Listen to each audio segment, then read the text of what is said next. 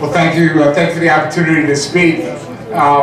Changing our focus a little bit from the inside discussions today, I just want to give you some feedback of what we've seen in Annapolis over the last 90 days from a Senate perspective, and Tony will have a House perspective. But clearly, there is no doubt that the state of Maryland has been hijacked and held hostage by the Democrat Party.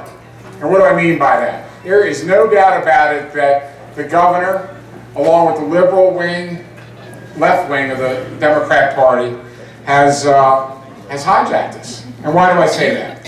Every proposal on the liberal agenda that was in the trash can was brought out in this past 90-day session and brought forward.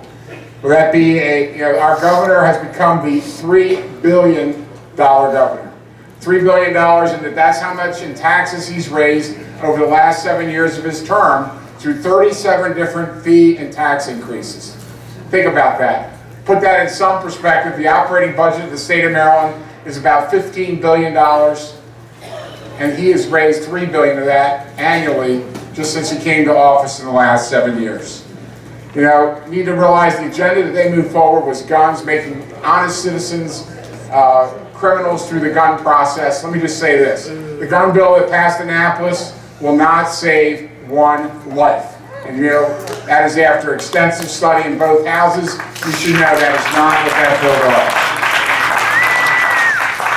does. The repeal of the death penalty. 62% of Marylanders wanted a death penalty in place. I woke up this morning, thought about the capture of the gentleman in Boston, and the fact of the matter is, if that had happened in Maryland, we wouldn't have a death penalty. I'm not sure. I think that crystallizes the discussion about why we need a death penalty here in the state of Maryland. And its repeal was very emotional and hard fought, but again, it was part of the governor's presidential agenda to move that forward. The moving forward of a $1.7 billion wind tax, or what I call the dumbest idea ever, okay? Wind power off the coast of Ocean City. So you say to yourself, wait a minute, why is it the dumbest idea ever? First of all, the power costs 2 to 3 times more than what you pay today. Second, when you're down Ocean City this August, that's when we need the power the most, is during those summer months to run the air conditioning. You ever been in August in Ocean City? The wind doesn't blow in August, okay? Now, if you thought that's bad enough, if those wind towers had been up this past year, think about the idea of Hurricane Sandy coming up the East Coast would have wiped the wind towers out. And when you listen to the governor says this is a job creations bill.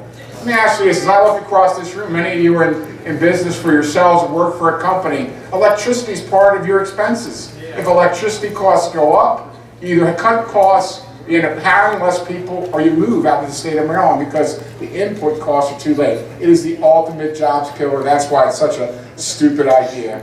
And last on the big agenda items was the gas tax. 3 out of 4 Marylanders hate the tax. Frankly, it's very clear what happened. And normally there's the give and take of each legislator called in on, we'll do this, we'll do that. They bought wholesale delegations. Baltimore City's delegation was bought off with a $1 billion school plan. The Prince George's delegation was brought off with a $650 million deal to buy out Prince George's County Hospital.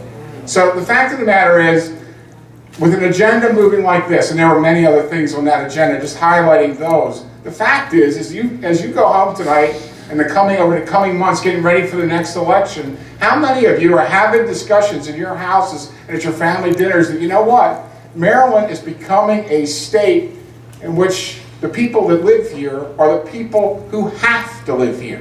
That's either where their family or where their jobs are, and they can't leave. See, ladies and gentlemen, I think the opportunity coming out of today with moving forward into the next election is very clear. We can make Maryland a state that people want to live in, okay? And the message that I have to you today is that my good friend in the House and I and our colleagues actually put together an agenda items that you needed to know. We just weren't the party of no. When it came to the gun issue, we had ideas related to mental health, to school resource officers, to the whole question of the criminals that use guns should get stiffer sentences. That's the stuff that creates safety. We put those ideas forward. When it came to the death penalty, we said it was stupid to take the death penalty away for mass murders or murders against policemen or murders of the people who look over our prisons.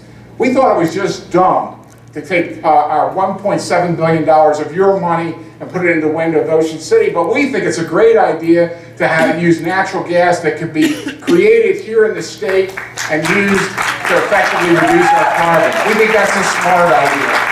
And when it comes to the gas tax, that if the citizens of Baltimore City and Montgomery County and Prince George's County want a red line and a purple line and a transitway that costs $5.8 billion, you know what? Form yourself your own little authority and tax yourselves to death, but don't use our money to go and do it.